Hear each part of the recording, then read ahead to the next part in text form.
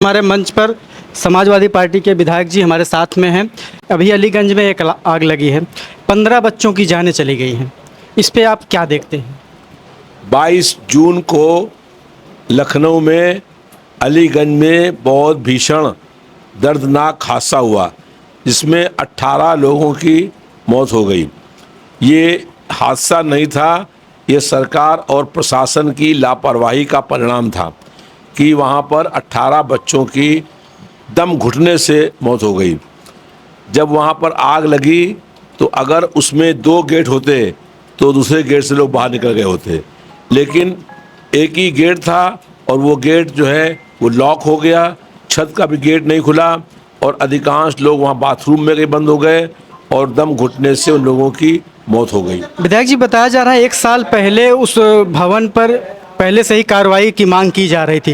क्या इसको लापरवाही आप कहेंगे या फिर कुछ और? 2016 में जब हम लोगों की सरकार थी तो समाजवादी पार्टी की सरकार में उनको नोटिस दिया गया था और ध्वस्तीकरण का आदेश किया गया था, लेकिन उसके बाद सरकार बदल गई और वो बिल्डिंग गिर नहीं पाई। वो बिल्डिंग पूर्ण रूप से अवैध थी, व्यवसायिक जो है केंद्र में बना रखा था, जबकि वहाँ आवासीय वो कॉलोनी थी। आवासीय कॉलोनी होने के बाद भी व्यवसायिक काम वहाँ हो रहा था और वहाँ पर फायर सिक्योरिटी सिस्टम भी लगा हुआ नहीं था। वो अगर लगा हुआ होता तो इतने बच्चों की जान ना आती। दूसरी बात ये है कि जो अगर वहाँ पर फायर ब्रिगेड गाड़ी टाइम से आ गई होती तो आग बुझ गई होती। 1.5 घंटे तक फायर ब्रिगेड गाड़ी वहाँ पर नहीं आई। उसके बाद जो अंदर बच्चे बंद थे, जो कदम घुट रहा था, उनके पास मोबाइल फ़ोन था। वो फ़ोन कर रहे थे कि जो दीवार पीछे की है उसको तोड़ दिया जाए तो यहाँ से हम लोग जान बच सकती है, लेकिन एलडीए और सरकार एक दीवार की एक ईंट नहीं तोड़ पाई और 18 बच्चों की बहुत दर्दनाक जो है मौत हो गई। इसके लिए पूर्ण रूप से प्रदेश सरकार दोषी और जिम्मेदार है। हम लोगों की ये मांग थी कि जिन लोगों की मृत्यु हुई है उनके परिवार के लोगों को 1 करोड़ रुपया आर्थिक मुआवजा दिया जाए और इसके साथ उनके परिवार में किसी एक आदमी को सरकारी नौकरी दी जाए। लेकिन सरकार ने जो है बहुत प्रयास करने के बाद भी कुल 5 लाख रुपया दिया है और 5 लाख रुपया समाजवादी पार्टी के राष्ट्रीय अध्यक्ष माननीय अखिलेश यादव जी ने देने का घोषणा की थी और वो दे रहे हैं।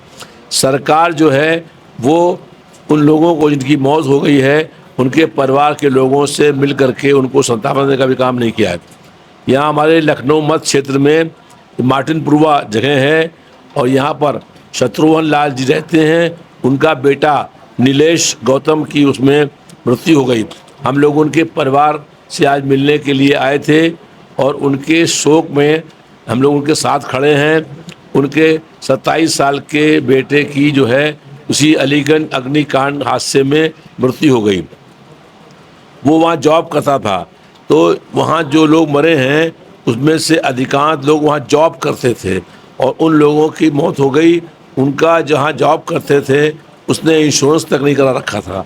तो इस तरीके से जो है सरकार की लापरवाही के कारण से जो है ये 18 बच्चों की मौत हो गई है। इसके लिए पूर्ण रूप से प्रदेश सरकार दोषी और जिम्मेदार है। सर, जो ये अग्निकांड हुआ, अब ऐसे शहर में ऐसी क्या व्यवस्था बने कि दोबारा ऐसी घटना को न दोहराया जाए? सभी जो कमर्शियल सेंटर हैं उन सब कमर्शियल सेंटर में कम से कम 2 गेट होने चाहिए, एक गेट एंट्री का और एक गेट एग्जिट का।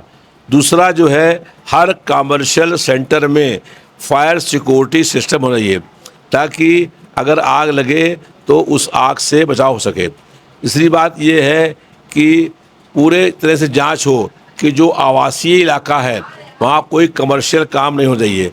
आवासीय इलाके में परिवार रहते हैं और वहाँ पर कमर्शियल काम होता है, तो जो लोग परिवार वहाँ रहते हैं उनको बहुत दिक्कत का सामना करना पड़ता है। सर, एसआईटी की जांच चल रही है, आपको क्या लगता है कि सारी तथ्य खुलकर सामने आएंगे? कि जो लोग दोषी हैं वही लोग जांच कर रहे हैं, वही जांच करवा रहे हैं।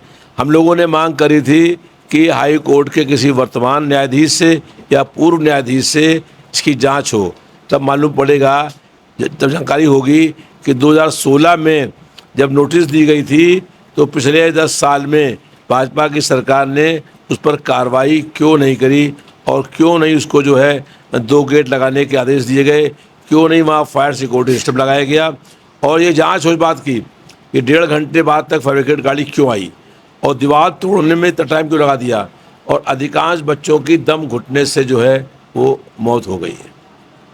चलिए, बहुत बहुत धन्यवाद।